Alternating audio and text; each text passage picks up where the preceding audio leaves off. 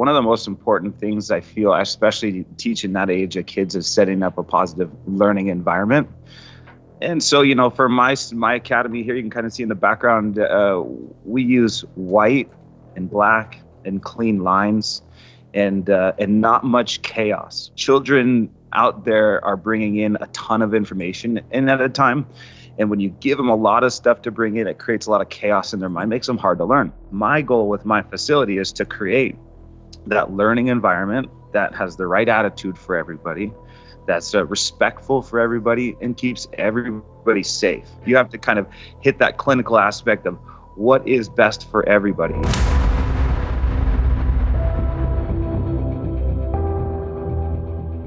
I was thinking about this before our interview because you've been kind of a mentor in the realm of jiu-jitsu, but also personal growth for my sons. I mean, teaching them things like respect, focus, patience, etc.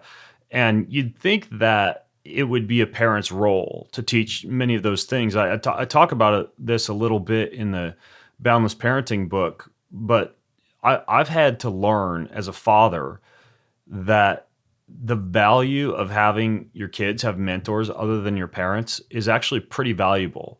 Like their rite of passage and all of their wilderness instruction and, much of their nature immersion has been through another mentor, a guy who's been on the podcast, Tim Corcoran. A lot of their physical discipline and like I mentioned, respect and fortitude has been through your tutelage. They're often on a weekly call with a group of young men called Apogee, where there's another guy named Matt Boudreau. And he's another mentor that they meet with on a weekly basis. And typically they're going through like a 2 or 3 hour call with some inspirational figure, like a Navy SEAL or an entrepreneur or an artist, and learning from that person. And it took a little while for me as a dad to realize there's a lot of value in not necessarily the, outsourcing to a village all of your child's upbringing and instruction, but letting go and allowing your kids, ego set aside, to be trained by other people and to have mentors. I think that you have to strike a balance between that and I think the habit that a lot of parents get into, which is sending your kids off to school for whatever, like 8 hours a day, them coming home from school and you assuming that everything that they need to learn in life has been done and it's all checked off and everything's perfect, when in fact, and I think it's Seth Godin who talks about this, your role as a parent, if your kids are going to a traditional school, as soon as they step in the door, is to begin to school them even more and educate them on all the things that they're not learning in school, or help them filter what they're learning at school through a proper worldview. And I think that, for me, it's been really important to understand that kids need a mentor other than their parents. And there's actually a lot of value in that. And parents don't have to feel guilty or lazy or feel as though, their child's being influenced by someone else by setting up mentors like that to walk them through the process. And again, I think that this idea of hand selecting people who can work with your kids is a lot better process than just sending them off to school and letting the school choose who's going to teach them. But it's actually been really, really cool to see them mentored by you. And I guess I'm wondering, for you with all your coaches and your trainers, were there any specific mentors that really stood out for you? And if so, what'd you learn from them? It was my karate instructor, actually, that was the mentor for me. Like I said, I didn't have, my dad wasn't around when I was growing up, but it was my mom, and she was busy teaching a lot and trying to provide for us. And so I was around my karate instructor quite a bit, and just to go back a little bit to kind of what you were saying was, Ben, I didn't even know who you were before you called and asked and said that you wanted your boys to come try a class with me. It was like, you're definitely one of the most inspiring people I've ever met in person. But like I said, I wasn't somebody that read listened to your podcasts and stuff. But over the years, I've taught thousands of kids, taught thousands. I have 350 students. Your children are some of the most special children I've ever met in my life, ever. And it really just goes back to that first day. They take after their mom. Yeah. No, it doesn't. No, it goes back to the stuff where, I'm a person that pays attention, and it goes back. I mean, you called me personally left a voicemail that said that, you were looking for somebody. And that's because you, just like you said, do your research and try to find people that were good role models and stuff for your children. And I've watched that over and over the last few years. I've worked with them since they were at 7, 8 years old, and all of the different things and the places that you've taken them have made these children super special. They are my favorite kids that I get to work with. I'm not supposed to say that, but every day when I come in, the way that they greet me, the way that they shake my hands, they're professional, but they're just the most loving children. I was so actually thankful to hear that you're writing that Boundless Parenting book, because I aspire to be a parent like you. I want my children to grow up like your kids are doing right now. And I want other people to as well. And so for me to be able to have a resource that I can say, hey, listen, I've worked with these children for the last 7, 8 years of their life. And I've watched them on a daily level, inside, outside. And this is the book on how to make these good kids. And so I just wanted to say that, because it's been a really awesome thing to watch you do exactly what you said. You kind of handpicked, you go out there and you find these people that are experts in their field. I'm an expert in my field. I'm an expert at teaching 3 and 4-year-olds martial arts. You won't find anybody that's better at teaching 3-year-olds and 4-year-olds martial arts than me. I promise that. If you do, then find it, come to me, and we'll talk about it a little bit. But you do the same thing for your children. And for me to even be one of those professionals that you look towards was an amazing honor that I've carried, over this time. But it just goes to show that, you put that group of people and that team together, and you're going to have some kids that are going to do some amazing things. Your children are looking to change the world. They're going out there to help other people and stuff. They're not just going to go, and no offense to anybody, but just sit in a desk in their own corner of the world. Right. Yeah, it's interesting, because I think that a lot of parents will look around, and especially in the era of social media, and see, the luxurious exotic vacations and destination resorts that people are taking their kids to, or the fancy private schools, or the cool sports teams and sports clubs, and feel a lot of pressure to put their children into those scenarios. And there is some benefit to your kid being immersed in a really, really rich and safe and skilled learning environment. But one thing that I think has been a real game changer for Jess and I, in terms of the parenting philosophy that we've implemented, is that at the end of the day, all humans want to be seen and heard and loved.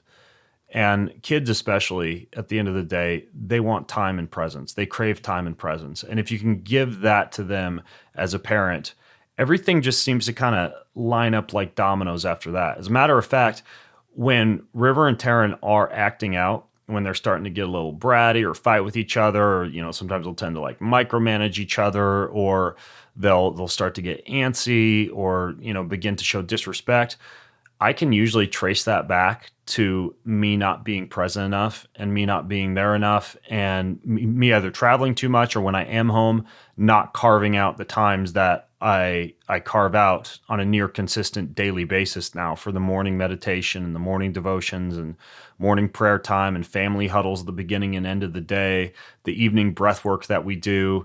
That, it used to be a lot of workouts together, but now they do a lot of workouts with this Apogee group that they're with. So they're kind of using those other children and mentors as accountability, but we're still engaged in deep, present, meaningful activities on a daily basis with our sons. And sometimes that's like cooking and family games and the dinner time. But I think it's just underemphasized, the importance of actual time spent with your child, actually sitting down cross-legged, in the basement living room, busting out a board game and just sitting there with them and playing and showing them that there's no smartphone here. There's nothing else going on. It's just you and them, all the way down to simple practices. Like, for example, once a week, I'll put on a song at bedtime, just like a 5 to 6 minute song. And all we do is eye gaze. Like, mom gets one son and I get the other. I realize it's going to be more difficult for a lot of families who have multiple children, but you can figure it out. And we just do eye gazing, where you're looking deep into your child's eyes and they're looking into your eyes, which are like windows to the soul. And sometimes we talk, sometimes we just gaze, sometimes I'll stroke their hair or they'll stroke my cheek. But it is so meaningful to be able to carve out those times for presence with your child. And I think that, it's not the only secret sauce. I mean, I talk about a lot of their stuff in the parenting book, like the love and logic parenting approach, which people could look up. But I think one of the most important parts is time and presence. And you see that manifest, right? Like, For example, I've taught them to look someone in the eye when they shake their hand. And I've seen you do the same thing as well, whether when they're bowing or shaking hands, it's like that eye contact is important. So yeah, I think presence is one of the most important things. That's probably hits me the strongest because I didn't have that. And so when I see that and I see the value that your children have got, especially for me, that's maybe struggled with that. Even still in my life, I can be pretty honest and open that relationship wise and stuff like that. I still struggle because I'm not used to love and affection in my life. It's not something that I had in my family. It wasn't like I came home and mom gave me a hug or a kiss. None of that stuff. I didn't have grandparents or anybody actually growing up that did that actually for me at all.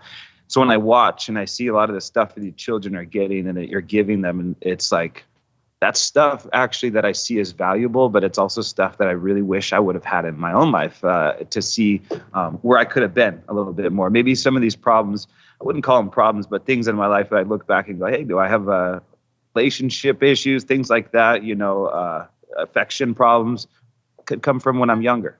Yeah. Yeah. Now, along those same lines of interaction with kids, you have this pretty successful 3 and 4-year-old program. And I know you have a lot of teaching skills that you use and that you've learned along the way, and that I've noticed, just voice fluctuation and tone and posture. Can you talk about some of the teaching methodologies that you use that you specifically think are super important or that people who are listening could learn from with their own kids or kids they might be teaching? One of the most important things I feel, especially teaching that age of kids, is setting up a positive learning environment. And so, for my academy here, you can kind of see in the background, we use white and black and clean lines and not much chaos. If you can already imagine, I think there's a lot of people that are smarter than me that can listen and analyze this and stuff. But children out there are bringing in a ton of information in at a time. And when you give them a lot of stuff to bring in, it creates a lot of chaos in their mind, makes them hard to learn. So, I see this even in teachers in school. I, for one, a little bit ADHD. And when I was a kid in high school, I remember going to those rooms where the teachers had decorated the rooms with all sorts of posters and things like that to make it a fun, inviting place for the kids to be. But it was actually the worst learning environment I could have ever been in because my ADHD just wanted to look at every single thing in there every single day, even though I knew what was in there. It's like some people that go and look in the fridge. You already know what's in the fridge, but you just do it every day, right? See all these different things.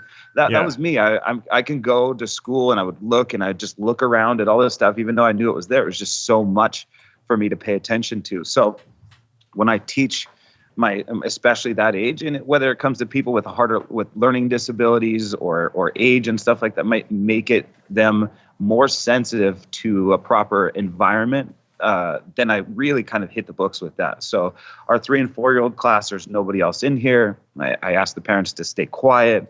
The parents don't interact with the students. They're sitting there right there on the side, but it's also time for the students to understand that I'm the teacher. And so our 3 and 4-year-old class is actually about the student learning to be a part of a classroom and learning to get away from their parents, learn from a teacher, behave appropriately.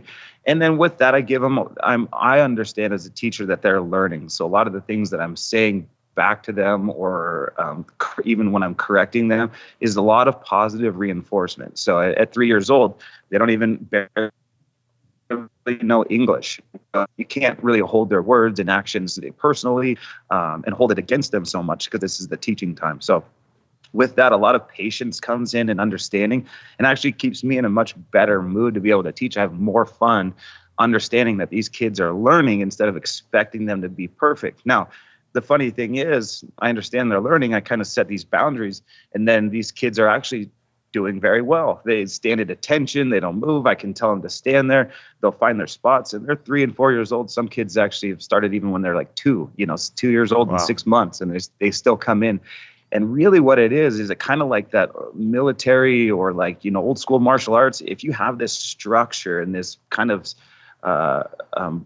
plan that's already proven, and you just kind of put one kids at a time in there, they just kind of mold to that product. And so my goal with my facility is to create that learning environment that has the right attitude for everybody, that's respectful for everybody, and keeps everybody safe. And so things like we use the same we all wear the same gis. And, you know, that's because some people come in, you wear black gis or red gis, yellow gis.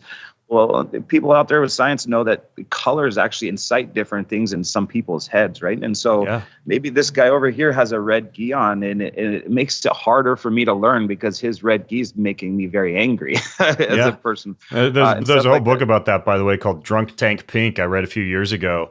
I mean, it goes all the way down to like the best color for a buy button on a website is orange, and the best shirt to wear if you want people to trust you is blue or green. And like you mentioned, red can make people angry. And the most calming color, this is why the book is named Drunk Tank Pink, after the fact that the drunk tank in many correctional facilities or prisons, they'll paint pink to calm people down. And it's very, very interesting, the impact that even color has on something like a teaching or a learning environment, or just on people's reaction to you in general.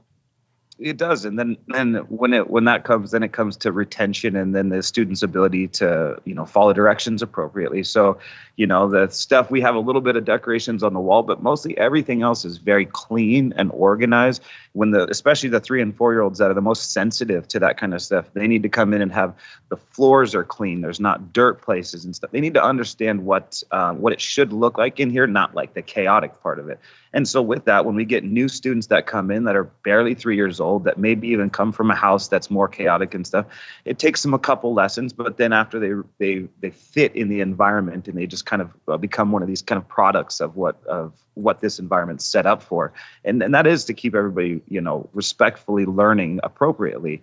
And so, you know, just like you said, I reference that all the time about the in the prisons, how some people, they have them wear pink, you know, even as their uniforms to brighten them up and stuff like that. And this is stuff that goes down to like how you can teach kids effectively. So I look at some of the schools and stuff sometimes, and it's almost like nails on a chalkboard when I see the teachers that they're doing their best to try to make a fun environment for the students and stuff, and also show their creativity. But with 30 children in a class, you can't create that perfect environment for 30 kids when you're doing your own thing, kind of a thing. You know, right. You have to kind of hit that clinical aspect of what is best for everybody.